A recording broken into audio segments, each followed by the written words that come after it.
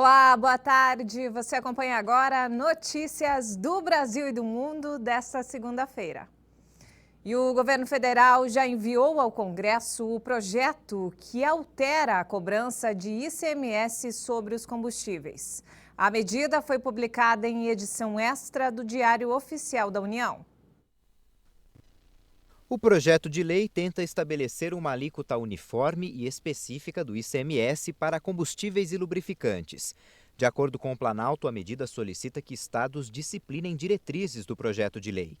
E isso deve acontecer por lei complementar, dentro de 90 dias após a deliberação do Conselho Nacional de Política Fazendária. O governo decretou que o imposto vai caber ao estado de destino. Com uma alíquota específica, o ICMS não irá variar mais em razão do preço do combustível ou das mudanças do câmbio.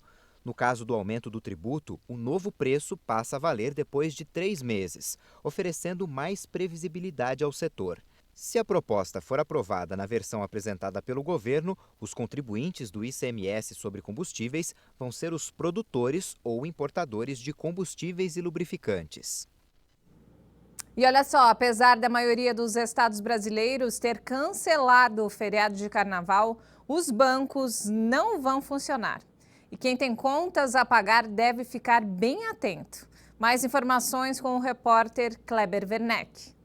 De acordo com o comunicado emitido pela FEBRABAN, a Federação Nacional dos Bancos, agências como essa aqui só abrirão as portas na quarta-feira ao meio-dia. Alguns locais estão com o horário de atendimento reduzido por causa da pandemia. E nesse caso, a abertura deve ser antecipada. A FEBRABAN determina que cada banco atenda os clientes por pelo menos 3 horas na quarta. Mas quem tiver contas a pagar nesses dias, como deve proceder? Nossa reportagem ouviu uma advogada especialista que vai dar algumas dicas.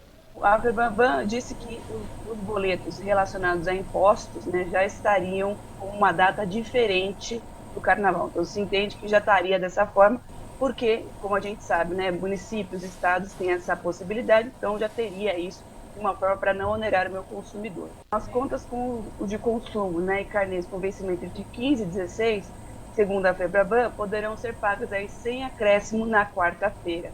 Então eu entendo também, e é um princípio básico aí do direito do consumidor, que é o princípio da boa-fé.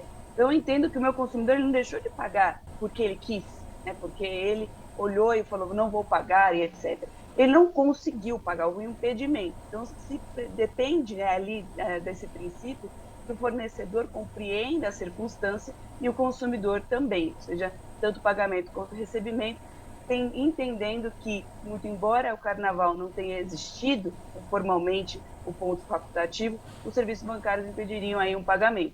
Mesmo que o meu fornecedor fale, mas tem o banco online, tem o aplicativo, etc. Eu não posso obrigar, por exemplo, um consumidor idoso que não tem familiaridade com tecnologia, que ele, naquele momento, aprenda a mexer no aplicativo para pagar uma conta. Então, é uma segurança aí que o meu consumidor tem que ter.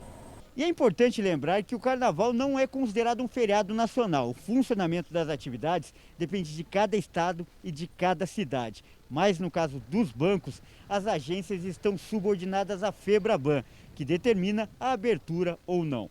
De São Paulo, Kleber Werneck. E a partir de hoje está proibido circular sem justificativa pela cidade de Araraquara, no interior de São Paulo. A multa para quem descumprir a regra pode chegar a R$6 mil. Supermercados e padarias podem funcionar só até às 8 da noite e postos de combustíveis até às 7 da noite. As medidas foram adotadas para tentar frear uma nova onda da Covid-19. O secretário da Saúde de São Paulo confirmou hoje 12 casos da variante brasileira do novo coronavírus no município. A cidade de Araraquara registrou mais de 12 mil casos e 147 mortes por Covid desde o início da pandemia. E nos destaques internacionais, o ex-presidente da Argentina, Carlos Menem, morreu ontem em uma clínica de Buenos Aires aos 90 anos. O governo do país decretou luto de 3 dias pelo falecimento.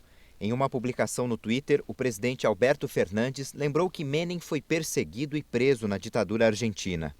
Carlos Menem presidiu o país entre 1989 e 1999. Ele privatizou empresas públicas e estabeleceu paridade cambial de 1 peso igual a $1. A medida gerou um período de crescimento, mas implodiu em 2001, resultando na pior crise econômica da história do país. O programa neoliberal implantado por ele gera discussões até hoje entre os argentinos.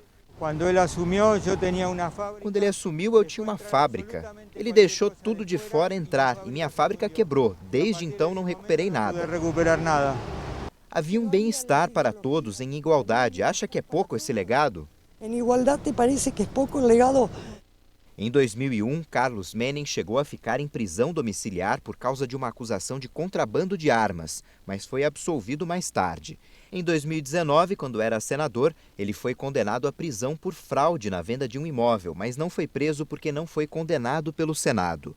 A saúde do ex-presidente estava bastante debilitada nos últimos meses e em dezembro ele ficou em coma induzido porque tinha insuficiência renal. Manifestantes pró-democracia voltaram às ruas nesta segunda-feira em Mianmar contra o golpe militar de 1º de fevereiro. O exército voltou a reprimir com violência os protestos. Na capital, Naypyidaw, um protesto pacífico de cerca de 150 pessoas, de acordo com os presentes, foi dispersado com canhões d'água e truculência. Eles dispararam canhões d'água embora as pessoas estivessem protestando pacificamente. Pedimos para voltar para o nosso carro, mas em vez disso eles ficaram com a chave. Recuamos como pediram, mas eles avançaram e nos acertaram com um canhão d'água. Estudantes foram presos durante o ato, mas o grupo foi solto após uma manifestação em frente à prisão para onde foram levados. Depois que as meninas do nosso grupo saíram, a polícia nos cercou e tentou nos prender. Pedimos que nos deixassem ir, mas prenderam 2 ou 3 manifestantes e todos decidimos ir com eles.